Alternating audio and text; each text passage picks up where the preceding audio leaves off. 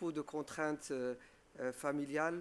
Et quand on pose le diagnostic d'allergie alimentaire, c'est facile pour nous, c'est un mot, mais en fait on cause beaucoup de maux pour les parents. C'est une prise en charge très compliquée dans le milieu familial, le milieu scolaire. Assister à un anniversaire devient un calvaire. Le retentissement psychosocial, remplir à l'école, c'est l'exclusion, le panier repas, et puis le retentissement financier. Quand on a un enfant qui a de l'allergie alimentaire, c'est les frères, les sœurs, il faut un régime particulier. C'est difficile à gérer. C'est une épée de Damoclès sur toute la famille. Et c'est pour cela que l'éviction, si ça semble un petit mot, c'est très compliqué dans la gestion de tous les jours. Et on a des parents qui, parfois, ils ont l'impression de tenir la vie de leur enfant entre les mains. Assister à un anniversaire devient un calvaire, une sortie devient un périple terrible. Et puis, donc, il faut trouver d'autres solutions. Donc, c'est pour ça que l'élimination est-elle vraiment ami ou ennemi? Donc, ça, c'est un titre d'un article qui a été publié. Et on va voir que souvent, donc, il y a le surdiagnostic, et on le voit dans les consultations, beaucoup de malades qui viennent d'enfants avec des régimes d'exclusion draconiens, donc injustement, des aliments injustement incriminés, sans qu'il y ait une confirmation allergologique. Et puis l'histoire naturelle fait qu'il y a beaucoup d'allergies qui rétrocèdent avec le temps, mais malgré tout cela, les enfants continuent à ne pas prendre l'aliment. Et puis donc, je parlais tout à l'heure des restrictions sociales qui sont un véritable calvaire social. Donc là, c'est vrai que ne rien faire, c'est la solution de facilité qu'aime tout le monde. Mais est-ce que c'est la bonne solution? Les DAT donc, ont provoqué un nouveau paradigme dans la prise en charge de l'allergie alimentaire. Et c'est une avancée thérapeutique dans la prise en charge de ces enfants. Ça améliore énormément leur qualité de vie. Le spectre de ces DAT, il va d'offrir des aliments très cuits. Donc ça part d'observations immunologiques. Des études américaines qui ont montré que souvent les enfants tolèrent les aliments cuits. Et puis donc l'oral immunothérapie, on en a parlé hier dans l'atelier, c'est l'administration supervisée, contrôlée, médicale, sous supervision médicale de doses progressives de l'aliment en cause. Et puis ce qui a constitué une avancée thérapeutique ces derniers temps, c'est ces food ladders, ces échelles thérapeutiques qui ont vraiment complètement métamorphosé la prise en charge. Et on va voir qu'il y a quelques différences entre l'immunothérapie et les échelles alimentaires. Et leur principe, il se base sur le fait qu'on offre des aliments ultra transformés, soit par exemple des yaourts ou de l'acide. Il y a des bases un peu immunologiques sur ces échelles. Donc on va progressivement, donc vous voyez, donc on suit progressivement, mais il faut faire attention aux marches, il ne faut pas sauter de marche, parce que rien n'est sécure, donc on peut faire des faux pas. Et puis donc le but de l'immunothérapie, c'est augmenter le seuil de réactivité, soit qu'on aboutit à la guérison, ce qu'on attend, soit on aboutit à une désensibilisation, ce qu'on augmente le seuil réactogène de réactivité, et puis donc ça met l'enfant à l'abri de réactions très sévères, et c'est ce qu'on cherche. Donc, vous voyez, les food ladders, voilà, ça se base sur des aliments transformés, de moins en moins cuits, transformés, jusqu'à aboutir à l'administration de l'aliment qui est incriminé. Donc par contre, l'ITO, c'est l'escalade thérapeutique avec des doses graduelles. On va jusqu'à aboutir à une dose protectrice ou à une dose C, par exemple pour le lait, arriver à 200 millilitres. Donc vous voyez, donc ces DAT ont vraiment conçu un paradigme nouveau paradigme dans la prise en charge des allergies alimentaires, et ça a amélioré énormément la qualité de vie. Alors, il y a beaucoup de sciences derrière un peu ces DAT. Ça se base sur premièrement la chaleur, donc les hated foods. Donc on change les conformations spatiales des épitopes.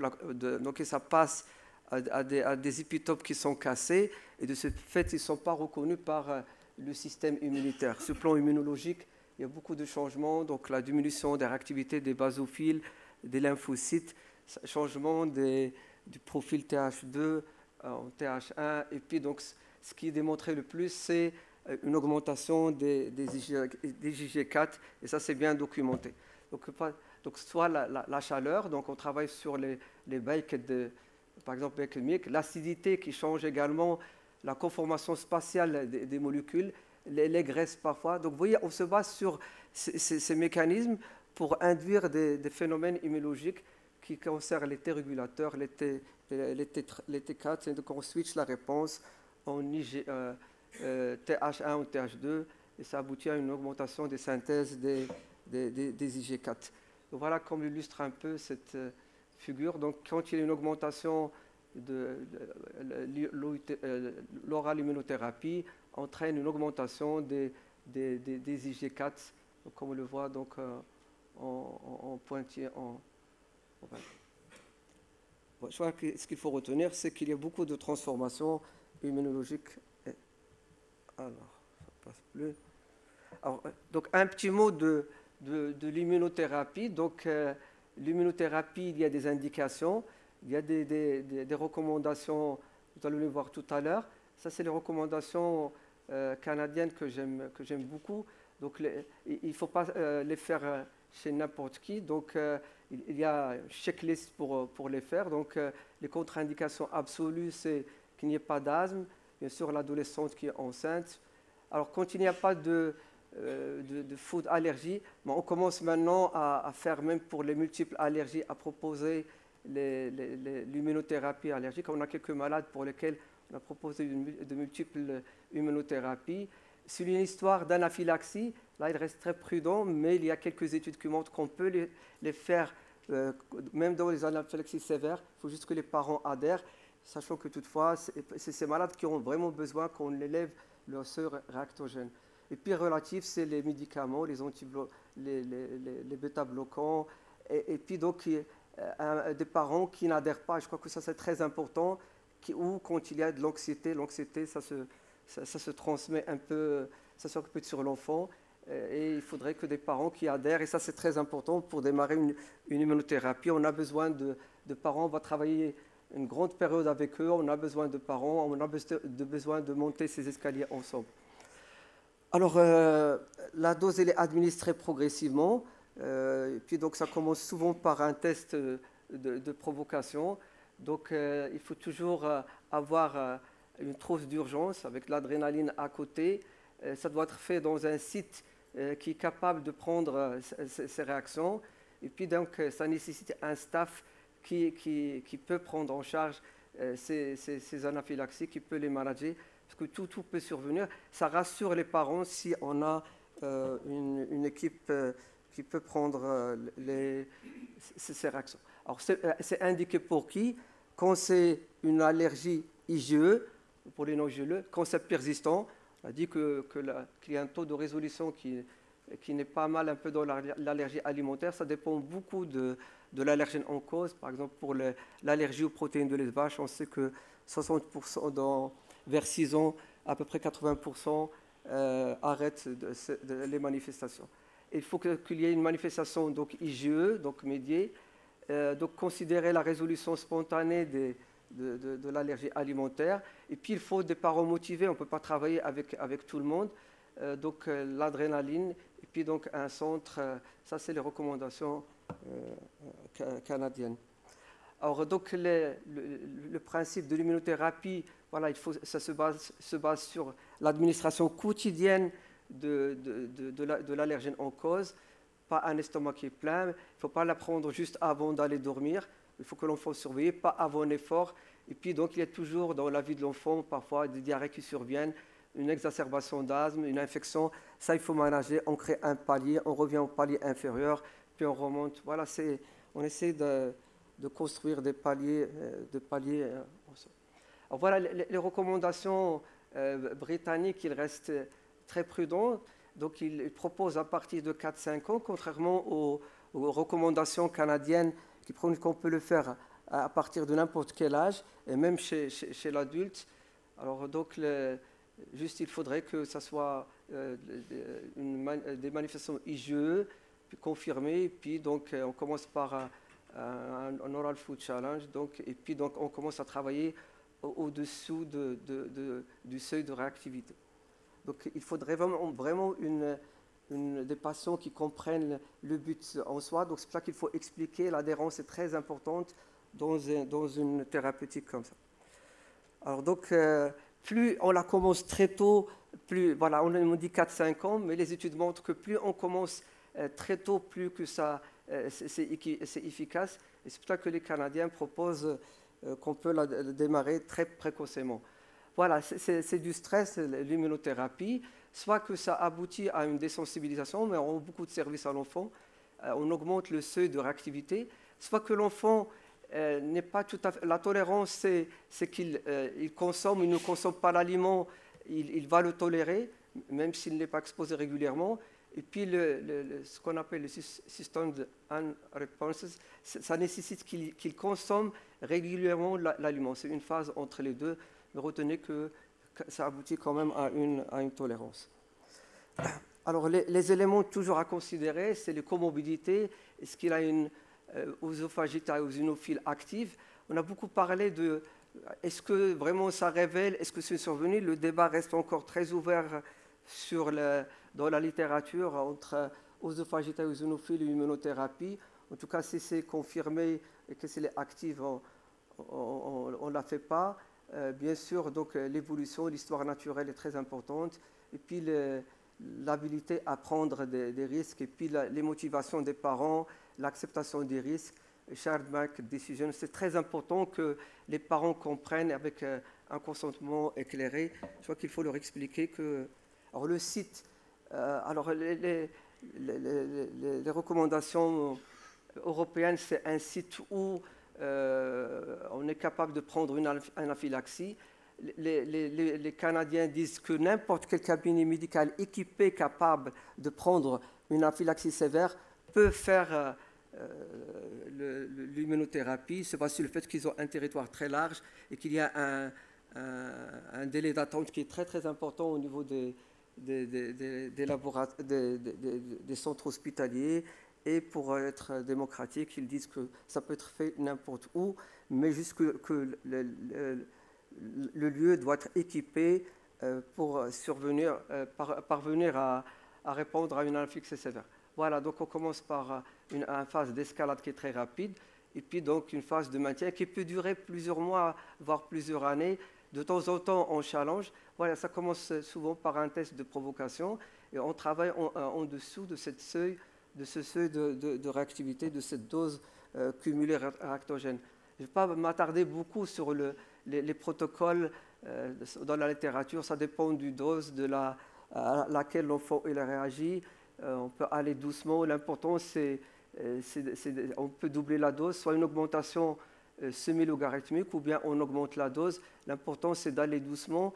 On sait à quelle dose on va arriver, donc la dose totale qui peut être consommée par l'enfant. Par exemple, pour le lait, on sait que la dose à laquelle on doit arriver, c'est 200 ml, c'est un verre d'eau, un œuf ou les 2/3 d'un œuf, donc 10 cacahuètes. Voilà, donc ça dépend énormément de la dose initiale, de la réactivité, parfois on va très très rapidement. L'important, c'est d'arriver à la dose finale. Ça prend le temps qu'il faudra. L'important, même si on n'arrive pas à la dose seuil, c'est d'élever le seuil réactogène, ce qui met l'enfant à l'abri de réactions très très sévères qui peuvent être, hélas, parfois des tragédies. Donc ça, c'est pour l'immunothérapie. Donc vous voyez plusieurs phases. Alors, voilà, par exemple, pour le lait, on sait que 5,4 ml, c'est une dose minimale protectrice. Nous, ce qu'on a envie, c'est que cet enfant ne fasse pas une réaction à l'école qui peut être fatale pour lui. Donc, on détermine les doses. Ça, par exemple, c'est une dose pour 0,5 de la population, 5%, ou 10%. Donc, 0,1 millilitre, c'est une dose qui peut déclencher la réaction chez 20% des individus. Donc la dose, on sait à quelle dose on doit arriver, 200 millilitres pour le lait. Alors quand on arrive à la dose de maintenance, c'est là où le problème commence. Certains proposent qu'on peut maintenir avec 20 millilitres, 100 millilitres. L'important, c'est qu'ils consomment régulièrement le médicament. Alors, quelle est la place de l'omalizumab? Il y a certaines études qui ont montré que l'omalizumab peut augmenter la tolérabilité et diminue les risques et puis facilite la progression et puis permet également de commencer à un seuil qui est très élevé. L'AMM a été donné aux États-Unis, mais pas en Europe. Donc, l'oral immunothérapie est considérée comme safe, mais il y a des réactions. L'anaphylaxie peut survenir. Ça peut être des réactions très légères, ça peut être des réactions très sévères. Plus elle est démarrée tôt, plus elle est tolérée. C'est pour cela qu'on commence, maintenant les recommandations, c'est de commencer très tôt. Alors, la deuxième partie, ça c'est vraiment la nouveauté, c'est les food ladder, ça c'est très important. Donc, alors c'est quoi le food ladder? On donne des formes modifiées de l'aliment avec une exposition donc, graduelle. Le but c'est de faciliter le développement de la tolérance et de l'aliment. Et puis donc, le cooking process il est très important. On commence par des biscuits que tolère l'enfant. Donc le biscuit, c'est à la fois l'effet matrice qui change la conformation spatiale des molécules, les muffins, et on va à des produits moins cuits, donc tels que les crèmes fraîches, la mousse au chocolat, le tiramisu. Donc on va très doucement. Donc vous voyez, c'est des échelles, donc il faut remonter progressivement. Chaque step, on y reste quelques temps. Donc on a dit tout à l'heure, le yaourt, il y a de l'acidité, il y a des micro-organismes qui changent la conformation spatiale des molécules jusqu'à arriver par exemple pour le lait, on met au lait frais. La même chose pour l'œuf. Donc c'est utilisé énormément pour l'œuf et le lait. Il y a quelques essais un peu pour l'arachide et pour les fruits à coque. Donc voilà, on va à une omelette donc de moins en moins cuite. Alors il y a une histoire un peu derrière ces échelles. Ils n'ont pas débarqué comme ça. Donc c'est Novak Velsgrim, c'est une auteure américaine qui a montré que la tolérance de l'œuf cuit donc améliore énormément donc la tolérance de l'œuf cru. Il a dit pourquoi priver ces malades de l'aliment cuit. Donc, et là, donc, il y a beaucoup de protocoles. On a commencé par donner du baked milk, et puis progressivement, donc, la tolérance de l'œuf cuit ou du lait cuit favorise l'acquisition de la tolérance du lait cru. D'accord. Alors, donc, initialement, donc, c'était proposé pour les formes non IgE, et puis les Britanniques, ils ont dit on doit faire des nouvelles recommandations. Il faut que les médecins généralistes sachent comment prendre tout ça. Ils ont élaboré des protocoles et puis ils ont dit on suggère que ces food labels soient utilisés dans les manifestations IgE. Et puis les Canadiens qui ont élargi un peu le spectre et qui ont proposé à énormément de personnes. Alors voilà une méta-analyse qui montre que pour le milk, donc ça peut aller jusqu'à 80% d'efficacité selon les données de la littérature. Vous voyez ça, on rend beaucoup de services. Donc la même chose pour l'œuf. Donc voilà, ça peut aller jusqu'à 70% si on fait le parcours de la littérature. Alors pour qui proposer et quand l'a démarré, ou c'est les questions que nous allons voir dans les prochaines minutes. Alors ce que disent les recommandations, soit canadiennes ou européennes, c'est pour les manifestations modérées à IgE qui n'ont pas d'asthme sévère, qui ont un asthme contrôlé. Il ne faut pas la proposer chez les enfants plus de 6 ans, ça devient compliqué. Pas d'histoire d'anaphylaxie, pas de symptômes sévères, et puis donc qui n'a pas réagi à des faibles traces de Donc, ils ont une checklist où on doit cocher avant d'entamer donc ces food leaders. Alors, certains auteurs, ils ont dit pourquoi ne pas proposer en cas d'anaphylaxie sévère. Et vous voyez que finalement, donc, au prix de quelques réactions donc, sévères, ils ont pu proposer dans l'anaphylaxie sévère ces food leaders. Alors, on prend des risques, mais c'est le risque qui ne dépasse pas quand l'enfant il est en éviction avec des injections accidentelles. Vous voyez que ça vaut le coup de les faire. Et que, vous voyez, quand on dit à l'enfant de ne pas consommer, il n'est pas à l'abri d'une consommation accidentelle. Où est-ce qu'on peut les faire? Moi, j'ai dit tout à l'heure, c'est hospitalier, on peut le faire dans un centre équipé, n'importe quel cabinet. L'avantage de ces LEDEL, c'est qu'on peut les faire dans un cabinet, mais il faut le garder l'enfant en surveillance. Il faut avoir du matériel pour réagir s'il fait une réaction très, très sévère. Voilà, c'est les Canadiens. Voilà ce que je dis tout à l'heure. On commence par des trucs transformés. On a dit que l'effet matrice change la conformation spatiale avec la chaleur. Puis on va à des aliments moins cuits jusqu'à arriver à du yaourt. Yaourt également, ça diminue, à du milk. Voilà, chaque étape, ça dure 2-3 mois. Ce n'est pas bien stratifié dans la littérature. On commence par une petite quantité, la quantité qu'aime l'enfant, et puis donc jusqu'à arriver à des aliments de plus en plus, de moins en moins cuits et qu'aime l'enfant. Ça, c'est pour l'échelle l'échelle de l'œuf. C'est à peu près le même protocole. Donc ça, c'est le... Voilà, donc il y a beaucoup d'échelles. Ça, c'est l'échelle allemande, mais ça se base un peu sur le même principe. Donc on va des aliments de moins en moins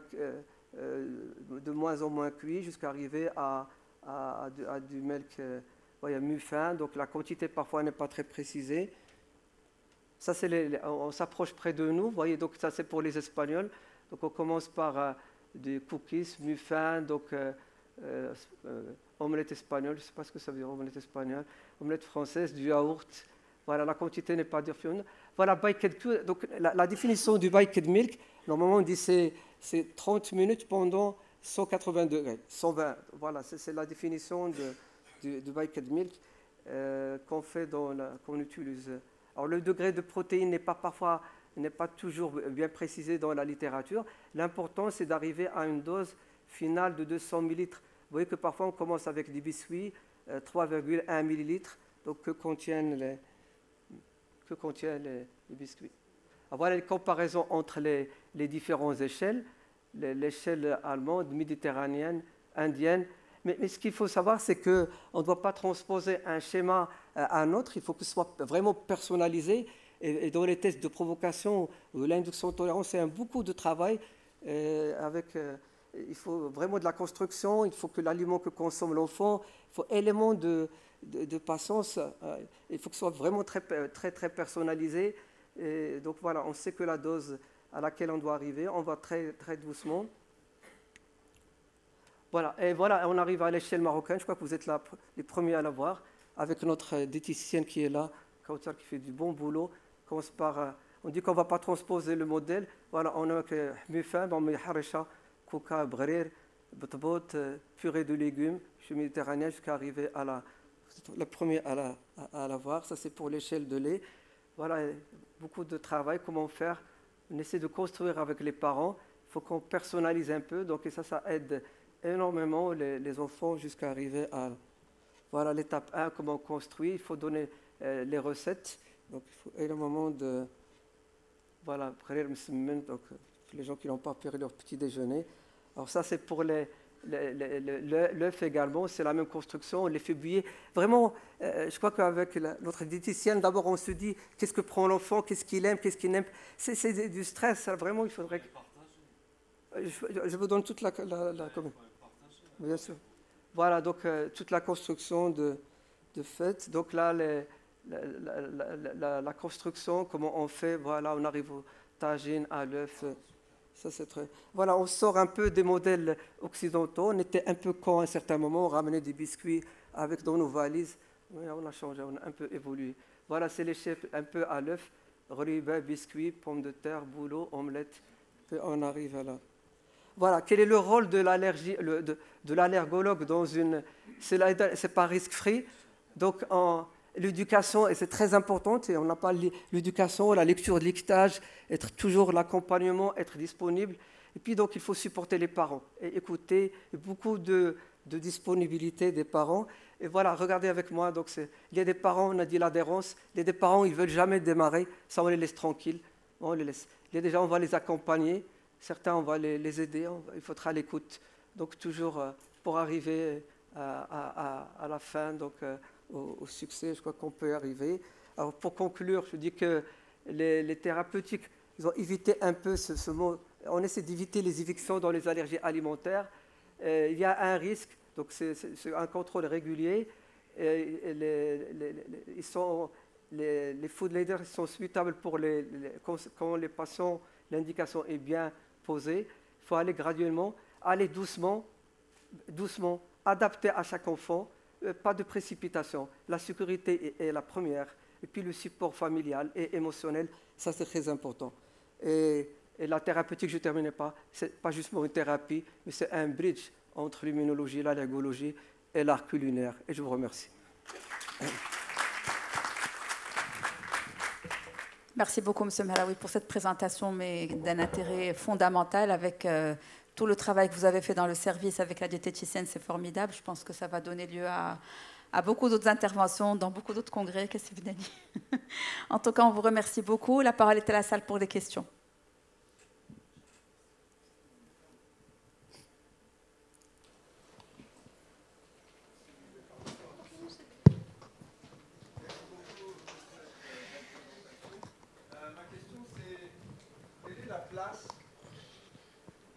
Oui, y a-t-il une place pour la surveillance biologique au cours de ces processus d'immunothérapie par voie orale? Merci. Alors, donc effectivement, au début, quand on a commencé, c'était toujours à faire attention à la caséine. Si on a de caséine qui est levée, on était stressé. Mais maintenant, il y a quelques études qui ont montré qu'on peut les faire, qu'importe le taux de caséine. Et on sait que c'est des enfants qui vont réagir. Mais justement, c'est ces enfants qui vont réagir qu'on va aider. On essaie d'élever le seuil de réactivité. On lui demande, on ne fait pas d'IgG4, ça on ne le fait pas, mais pour la surveillance, pour l'élément de départ, ça nous permet un peu de voir le taux de caséine, avec quel aliment on va commencer, cuit, très cuit. Mais on sait par exemple pour que quand l'enfant est très jeune, on commence une immunothérapie par du lait qui n'est pas cuit. Donc ça, on sait qu'il le tolère. Mais plus l'enfant il grandit, plus ça devient dangereux. Là, c'est très prudent. S'il a un taux d'élevé, par exemple une caséine à 200, on sait que ça va être très dangereux. Bon, au début, ce qu'on faisait, c'est qu'on suivait un petit peu la cinétique par exemple pour la caséine. Quand ça diminue de 50%, on commence à attaquer. Là, maintenant, on devient un peu plus courageux. Peut-être que prend beaucoup de risques avec l'âge. Donc, et on commence à démarrer une immunothérapie, quel que soit le taux de caséine. Si tu permets une petite question, tu parlais des IgG4. Alors, dans les études, on montre une augmentation des IgG4.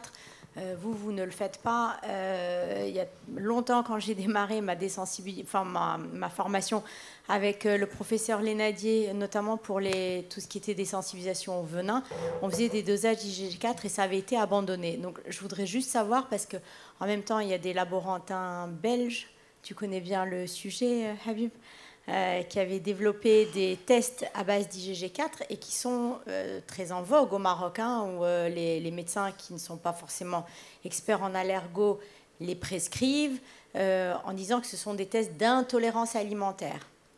Et alors, ils n'ont pas été reçus ni validés.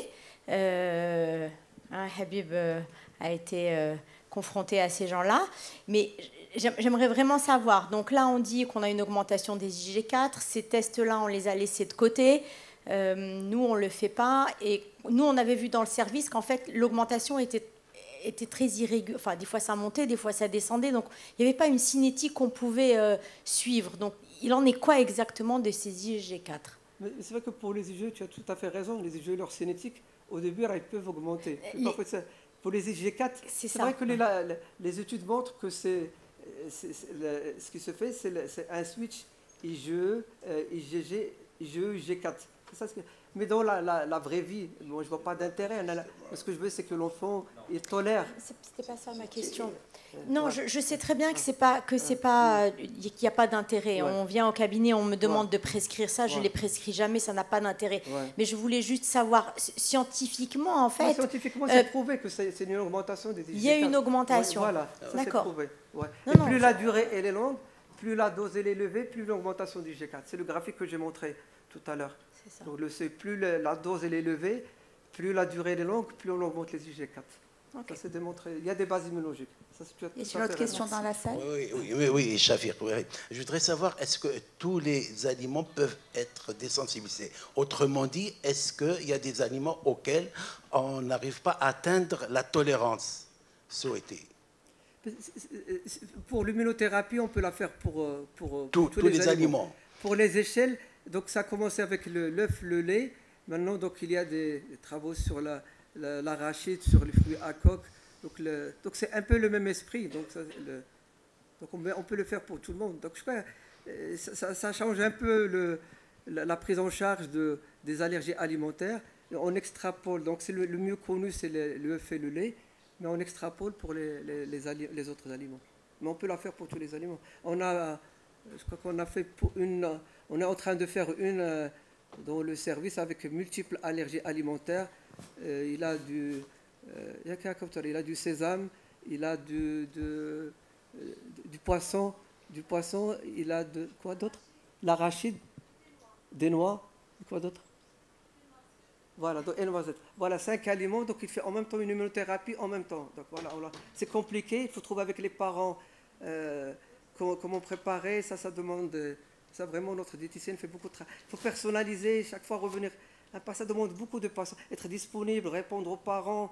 Ça demande beaucoup de disponibilité pour eux. Et selon toi, quel serait l'âge idéal pour démarrer ça? Alors les recommandations, si vous voulez rester recommandations européennes, c'est à partir de 4 ans. Nous, on commence maintenant à faire plus tôt. D'accord, ça c'est... 2 ans, 3 ans pour les nourrissons, le plus jeune, on a commencé à 18 mois maintenant. Ah oui, d'accord. Okay. Ouais, commence...